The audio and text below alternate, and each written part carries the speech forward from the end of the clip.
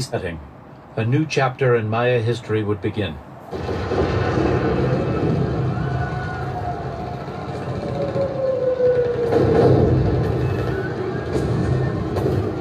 May 1945. Berlin has been invaded by the Russians.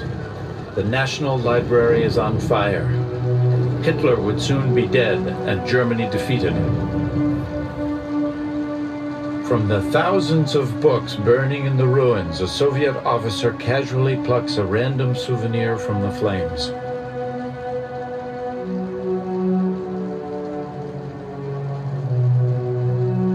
His name is Yuri Knorosov.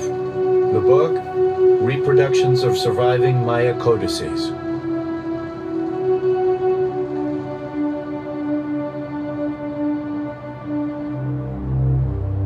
Knorosov immerses himself in Maya studies, and the alphabet Bishop Landa had attempted to transcribe.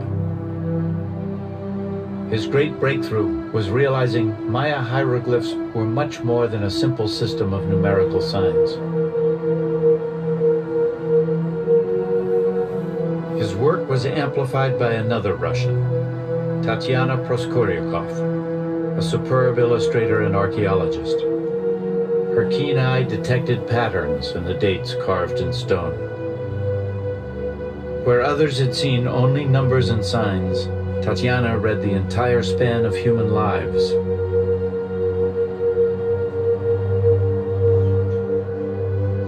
Based on her findings, the code breakers went to work. They began to read the carvings on temple walls like tombstones in a cemetery.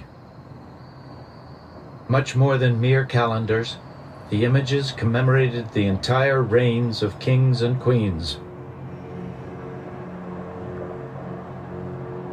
The deciphered glyphs revealed the names of Maya royalty: 18 Rabbit, Smoke Jaguar, Stormy Sky, and Lady Shellstar.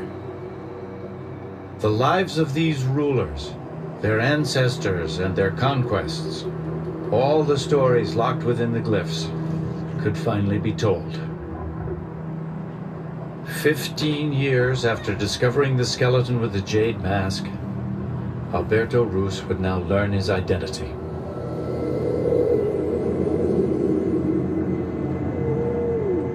He was Lord Pakal, king of the city-state Palenque. The 10th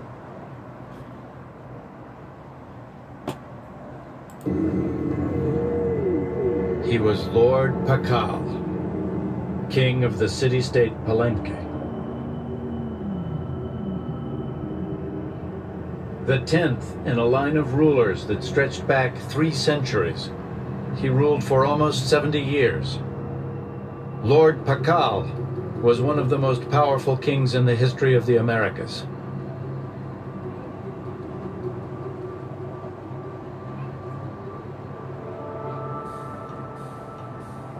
These were monarchs who commanded complex cities, large populations, and vast areas of land.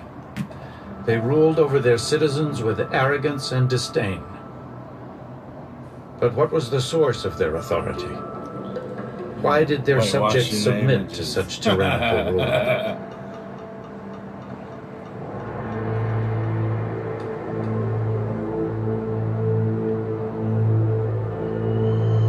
We keep looking for the underlying source of the power of the kings, searching for economic and political and military power on a fairly grand scale. Gosh, man, you see these things, you're just more and more like every day. But the power isn't based in controlling resources or manipulating the economy or mounting large armies. It's based upon belief. That is the power of the Maya kings, and it was a great one, and it achieved great things.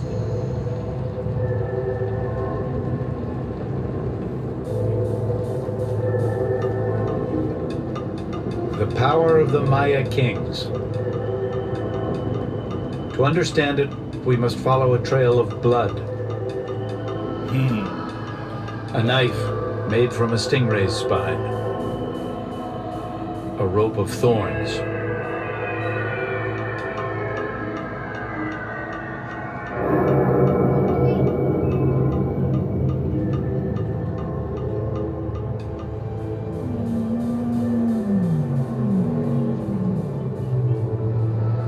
These are the keys to comprehending the Maya and the sacred power of their kings. These are the keys, not the books that we have and we stole. These are the keys: blood, sacrifice. Every portal of every Maya temple is a doorway to the underworld.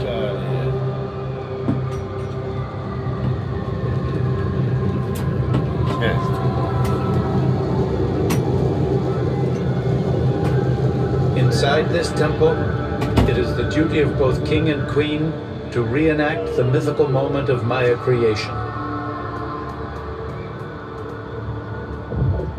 In myth, it was the blood of gods that gave life to man.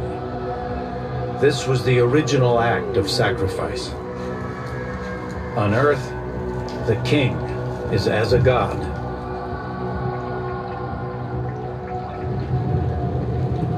And blood is the price of power, the debt to the gods that must be repaid.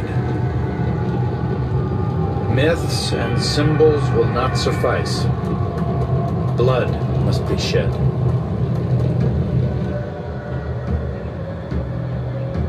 And royal blood, drawn from the tongue and from the genitals, from his queen and from himself, forever bound that sacrifice of the gods to the life of man.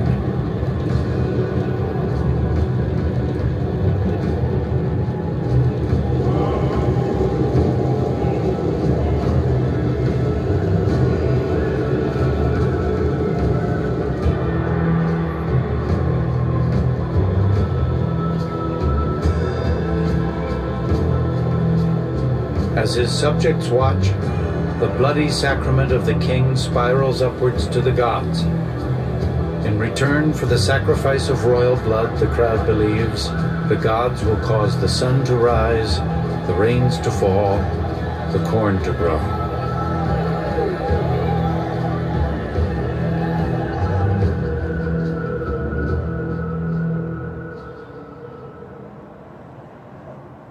For art historian Linda Sheely, these macabre bloodletting rituals provide the final key to understanding the Maya. In the New World, people believe that your soul, the most potent part of you, the part that's indestructible, the part that you will pass on to your grandchildren and to your great-grandchildren, the thing that is eternal resides in your blood. So if you wish to give an offering that is the most precious and powerful thing on earth, you give your blood.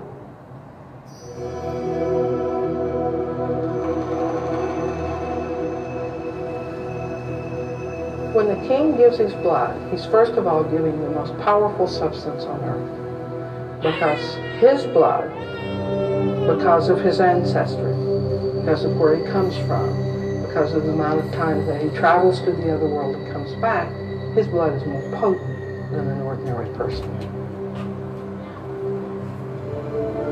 Remember that the kings had to do rituals of genital bloodletting and self-laceration on a regular basis. So that kind of keeps you honest, you know. I think if we had some genital bloodletting in modern politics, it would thin out the herd, and might be a good approach to finding the honest politicians. In fact, all Maya gave offerings of their blood. The difference between them and us is we have it easy. We say you can tithe. You can give money out of your pocket. You can give something that doesn't hurt, something that really doesn't cost you anything.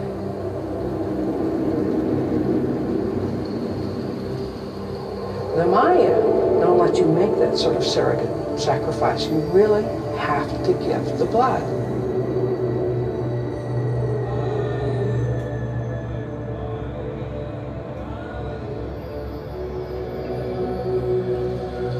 And there were other even bloodier offerings.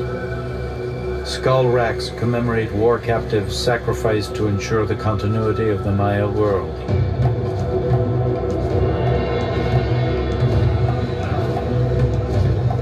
Even the ball game served a deadly purpose.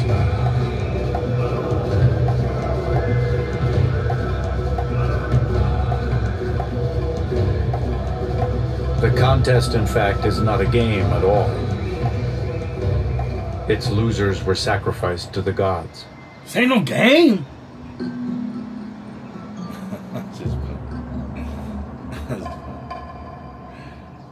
The Maya reveled in this terror, even recording the brutality for posterity. This sacrificial victim still emits an eternal howl of unimaginable pain.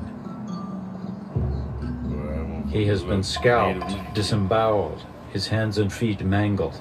The wood bound to his back is ready for the torch. Look, you look like Chief Nightwolf.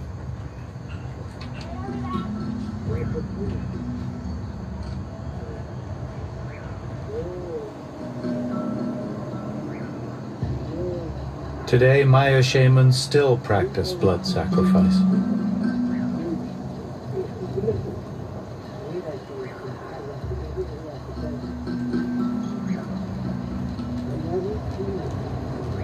But now it is the blood of chickens that is shed. Are you sure that's not The all ancient faith shed? is intact, but only as a pale... They always talk about all the sacrifices, yet when you read the colonizers, the European colonizers, they said, well, we never really seen any sacrifices like that, man. I mean, yeah, man. And then they go, well, it's military strategy. If you want to alienate a people group so that you can exterminate them, then you say that they sacrifice and eat human flesh. So, when you look at the biblical records, you see they show that these Afro-Asiatic people in America, which is the promised land, they sacrificed animals to appease the spirits, the entities, the creator, whichever way, because there was different types of worship going on. But in the Bible, they speak of sacrificial animals, right? Yeah, all these Europeans saying, no, it's man, you sacrifice yourself. You have to cut yourself up and give blood. Yet the Creator says, don't cut yourself up, because you have a body which creates a pressure that rules and guides your system. When you puncture your skin, you're letting pressure out, which is affecting your health. All these biblical teachings had guidelines that help and ensure your growth.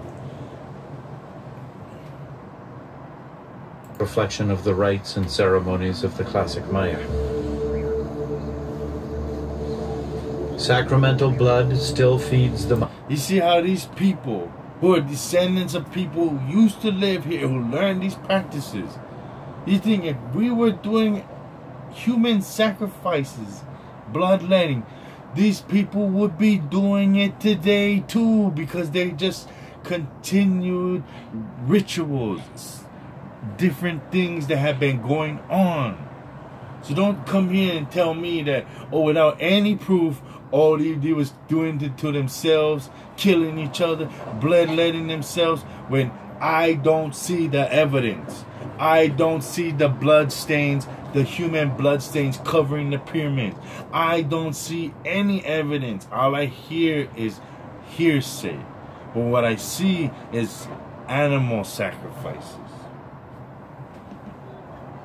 My imagination, but the context of belief has changed. Christianity may have been forced upon the Maya, but once there, it struck a deep and lasting chord. You see how this, they go, oh, the teachings of the Bible.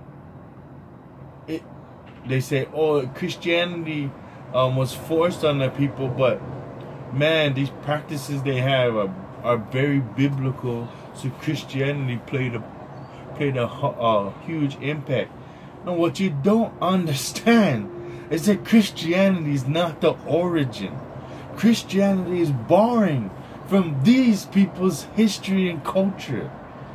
So when you're saying, oh, they have biblical oh, Christian beliefs and rituals.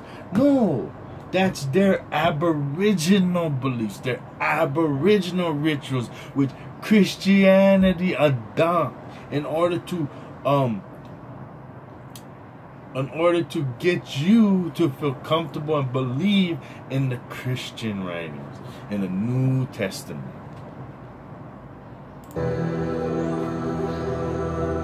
The Christian concept of a divine king who shed his blood for the benefit of mankind made perfect sense to them. What we don't realize is that we had someone who we know today is Joshua, who was called Hoshea, who was called Yeshua, meaning no J in that time. Okay? He gave his heart and soul to make us, to give us the lands that we had during colonization. And we said, well, this is a great man. We will always remember him. But they took his history and incorporated it to Jesus. This is how they created their whole Jesus story around the patriarchs in our history, taking individual stories and copy and pasting it to create this Jesus.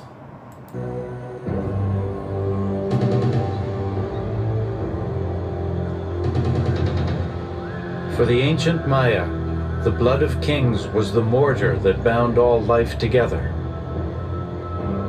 The king's sacrifice ensured the stability of the Maya world, guaranteeing the sanction of the gods and the belief of the people. He stood at the center of the Maya universe.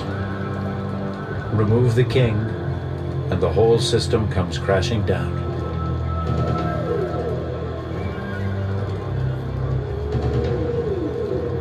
For Arthur Demarest, the crisis for the classic Maya began the moment they lost faith in their kings. The source of power is this ritual, this display, the ceremony, the theater, the charisma. And when real problems occur, when a military defeat occurs, even between centers, it can be devastating in a way that it shouldn't have to be. But the authority is based upon belief in the king. And failure is unacceptable. If this really is a holy Lord who can manipulate the forces of the universe, then failure undermines the whole system and it can't be adjusted for.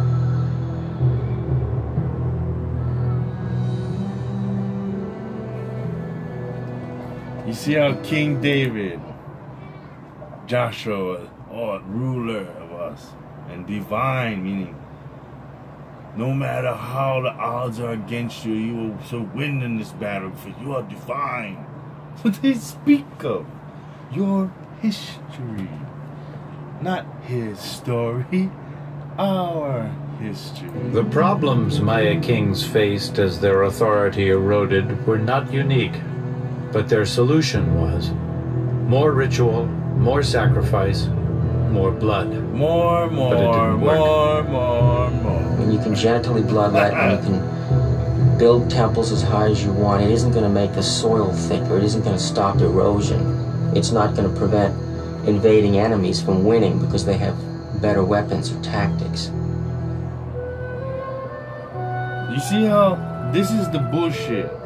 Because they have access to all of our history, all the hidden records, all the archaeological evidence, all the hidden archaeological evidence, every petroglyph, every hieroglyph, and they spent half an hour talking about bloodletting and killing, sacrificing ourselves for blood. This is what the education system amounts to. Just a bunch of empty space filling your head with propaganda. And eventually there were losses in war. Overpopulation in cities, failures of crops, and ultimately the king was responsible. If the blood of the king held the world together, when that world fell apart, it was the king's blood that had failed them.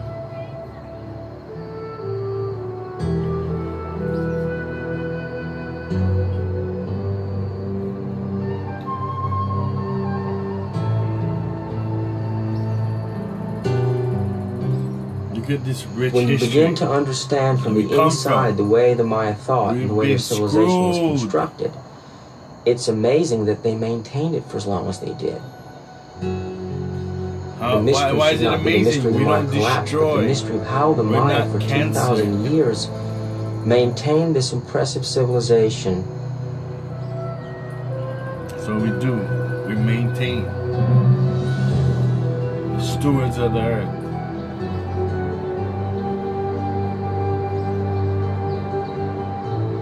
The Maya. They rose stone by stone out of the jungle, self-made and self-contained, unique and wholly original in all the world. Wholly original.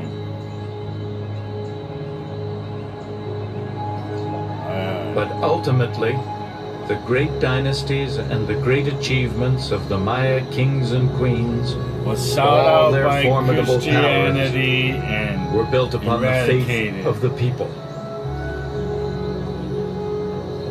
And when crops failed or enemies prevailed, the people no longer believed.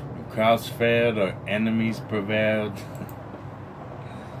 Enemies prevailing. And when the people lost faith, the rulers lost power. And when the people lost faith, loss of crops, loss of faith, loss to enemies. You see this? You lost your faith. Then you lost your crops. Then you lost to the enemies. Do you hear this reoccurring thing? You lost faith in your Creator. You lost faith in yourself. You lost your food crops. You lost your land and nation to enemies. And when that power vanished, the Maya abandoned their great cities, and the jungle And went into slavery. its stone. And went into hiding. And had to change their names and take on names like Perez. Because they was going into every single tribe and removing anyone with afros. Removing all these people because, hey, you ain't no Indian. They'll say, well, we'll let you stay in your ancestral lands if you just claim you're Afro, you're colored, or you're a Negro. And then we'll let you stay. If you say you're an Indian, though, we're going to have to relocate you. Alright. Well, Shabbat Shalom, everybody. Happy New Year. Mochahab. You guys have a great one. Enjoy your families. Read the Bible. Study history. Love you guys. Alright. Aloha.